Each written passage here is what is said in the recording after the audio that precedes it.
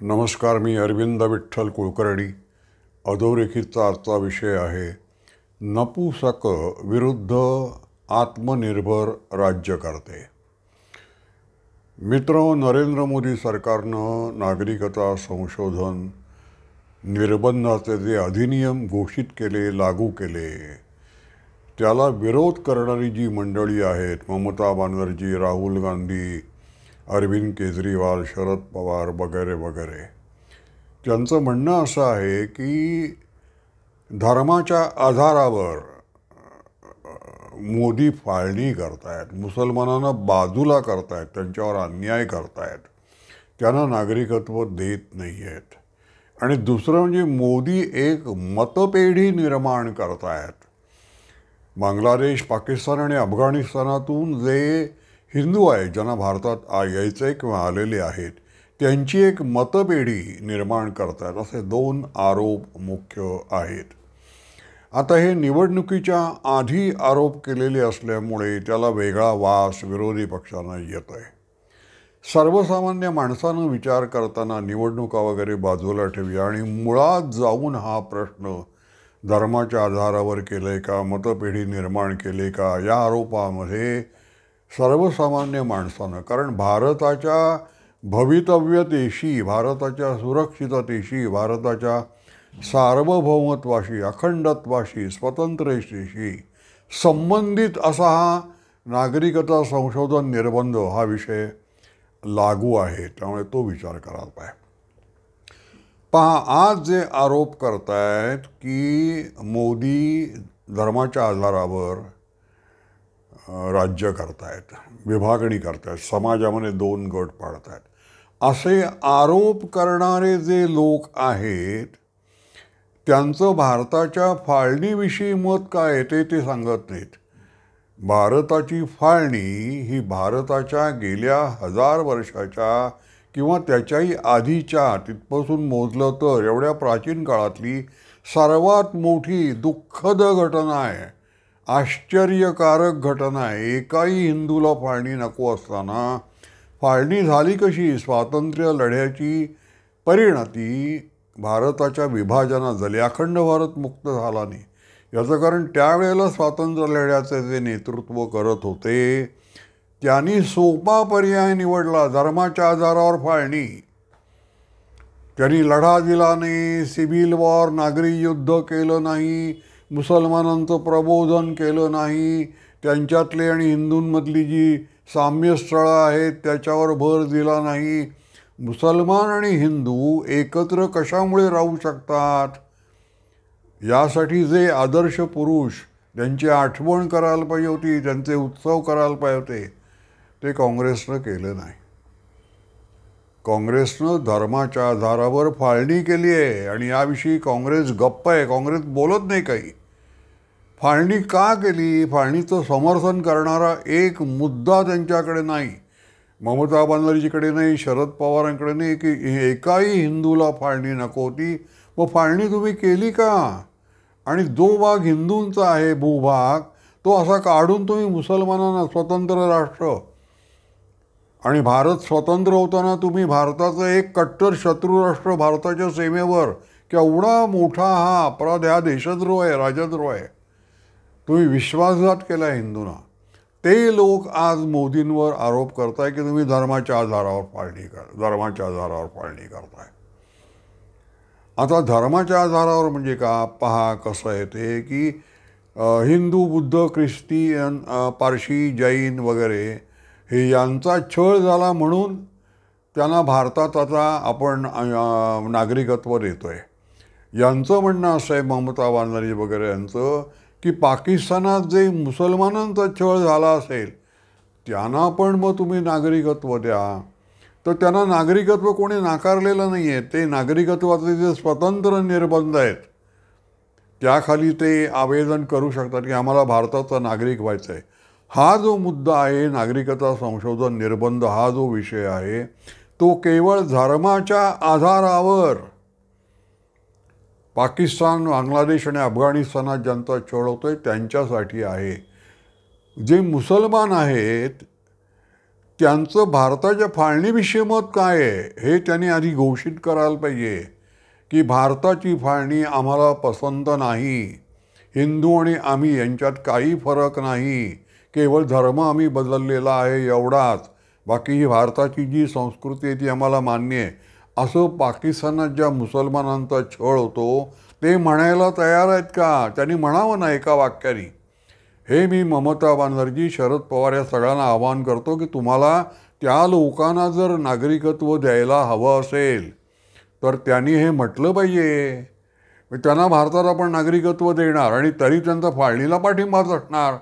फाळणी करणाऱ्या ज्या प्रवृत्ती आहेत, इस्लामी आतंकवाद, त्यांना त्यांचा पाठिंबाच असणार. कोणतंही राष्ट्र ज्याला आपल्या सुरक्षिततेची काळजी आहे असं पाऊल उचलणार नाही. तेव्हा जर पाकिस्तानातल्या मुसलमानांना, ते मुसलमान आहेत म्हणून राज्यकर्त्यांकडून छळ होत असेल आणि त्यांना भारताचं नागरिकत्व हवं असेल तर त्यांनी फाळणी केली ही चूक झाली. आम्हाला भारतापासून फुटून निघायचं नाही. गेल्या 75 वर्षाचा आमचा अनुभव असा आहे की पाकिस्तानपेक्षा भारतात आम्ही सुरक्षित राहू, सुखानं राहू असं आम्हाला वाटतंय. हे त्यांनी म्हणायला पाहिजे, उघडपणे प्रगटपणे म्हणायला पाहिजे. हा एक भाग. आता मतपेढी काँग्रेसनं 2 चुका केल्या. एक म्हणजे घाबरून धर्माच्या आधारावर फाळणी केली.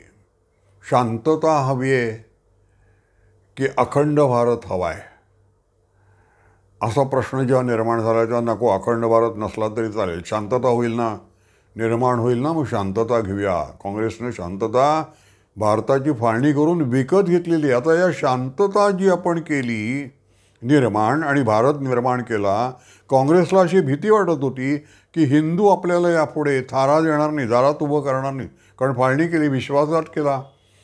1200 वर्षात कोणाचंही पाकिस्तान निर्माण करायचं स्वप्न नव्हतं हिंदू योद्ध्यांचं, ते आपण केलं. केवढी तरी मोठी चूक. म्हणून मग आपल्याला हिंदूंची मतं मिळणार नाहीत. मग आपल्याला सत्ता तर हवी आहे, सत्तेची घाई झाली म्हणून यांना नागरी युद्ध आणि केलं नाही, यांना पंतप्रधान व्हायचं होतं. म्हणून मग यांनी मुसलमानांच्या मतपेढ्या निर्माण केल्या.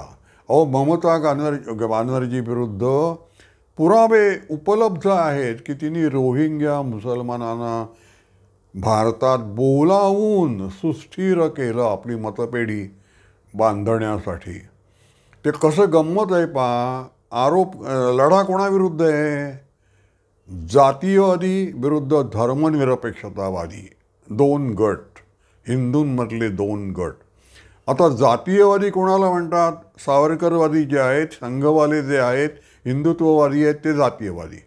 आणि धर्मनिरपेक्षतावाले कोण? ममता बॅनर्जी, शरद पवार, केजरीवाल, राहुल गांधी हे.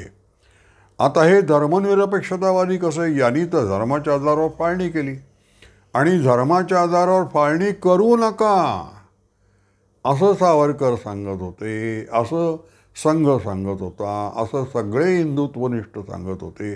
फाळणी करू नका हो, कोणालाही मुसलमानांना आपण बघू, ॲब्सॉर्ब करू, ते आपलेच आहे, ते आपले सहोदर आहेत, असे सावरकरांचे शब्द आहेत.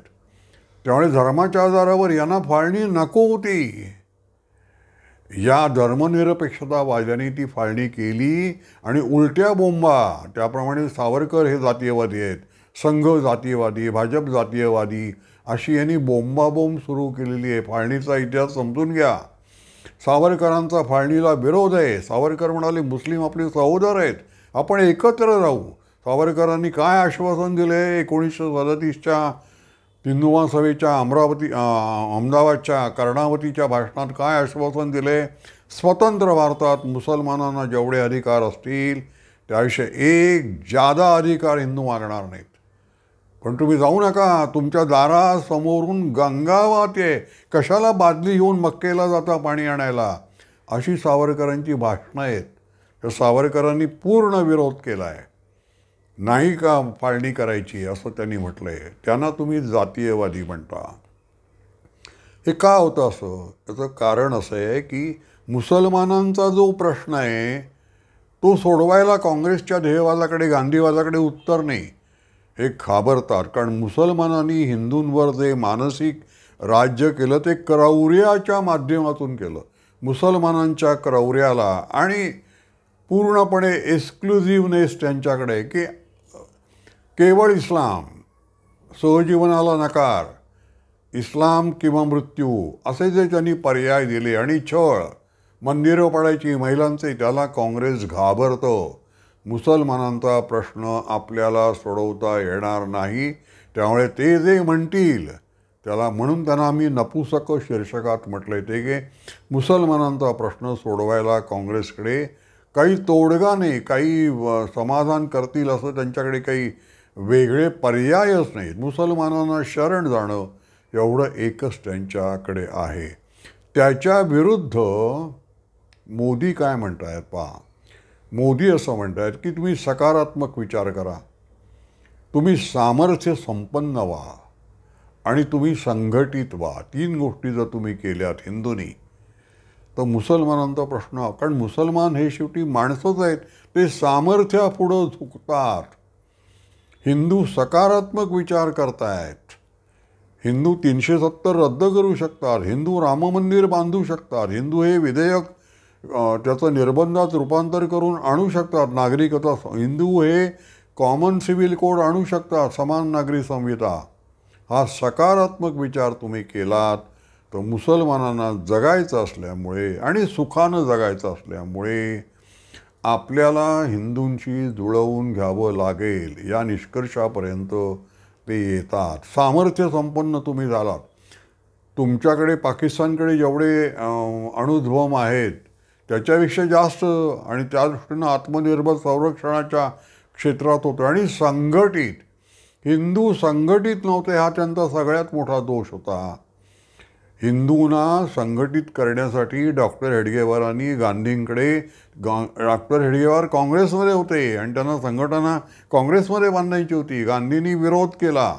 मुसलमानांना संघटना हिंदूंची आवडत नाही म्हणून हिंदूंनी संघटित व्हायचं नाही, मुसलमानांना जे नको ते हिंदूंनी करायचं नाही.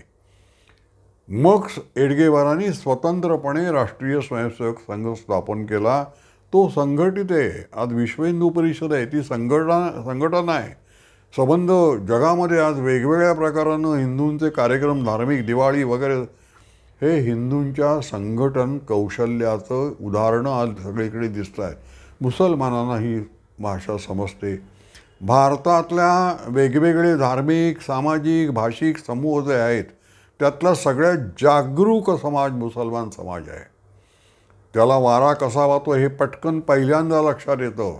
हिंदूंमध्ये बदल होतोय हे मुसलमानांना आधी कळणार आहे आणि त्याप्रमाणे मुसलमान हे भारतीय होणार आहेत. म्हणजे तुम्ही हिंदी राष्ट्रवाद 1885 निर्माण केलात, त्याला मी आजपासून हिंदू, मुस्लिम, ख्रिश्चन, पारशी, ज्यू नाही असं ते म्हणालात, तो हिंदी राष्ट्रवाद मोदी आणणार आहेत प्रत्यक्षामध्ये.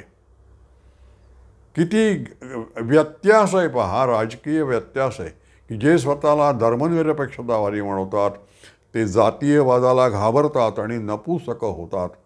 आणि ज्यांना तुम्ही जातीयवादी म्हणता ते पुरुषासारखे असे खंबीर उभे राहतात. मला ह्याच्यामध्ये बाळकृष्ण शिवराम मुंजे आणि भालजी पेंढारकर पौरुषत्वाची त्यांनी जी उदाहरणं दिलीत ती खरोखर ऐकण्यासारखी आहेत. मी वेगळ्या व्हिडिओमध्ये ती सांगेन, कारण ती खूप गमतीशीर आणि वेगळी आहेत. या दोघांना जेव्हा आव्हान दिलं होतं प्रगट सभातून, तेव्हा त्यांनी पौरुषत्व म्हणजे काय याची उदाहरणं दिले. तर ते पौरुषत्व मोदी दाखवत आहेत. त्यामुळे नागरिकता संशोधन विधेयकानं काही घाबरून जायचं कारण नाही. हळूहळू हे पक्ष जेव्हा निवडणुकीमध्ये नेस्तनाबूत होतील तेव्हा मुसलमान समाजाला हिंदू हेच आपले वाली आहेत, हिंदू हेच आपले बंधू आहेत हे मुसलमान समाजाला कळणार आहे. घाईने मात्र होणार नाही. जोपर्यंत हिंदू सकारात्मक, सामर्थ्यसंपन्न आणि संघटित राहतील तोपर्यंत भारताला काहीही धोका नाही. माझा व्हिडिओ आपल्याला आवडला असेल तर लाईक करा, शेअर करा आणि सबस्क्राईब करा. धन्यवाद.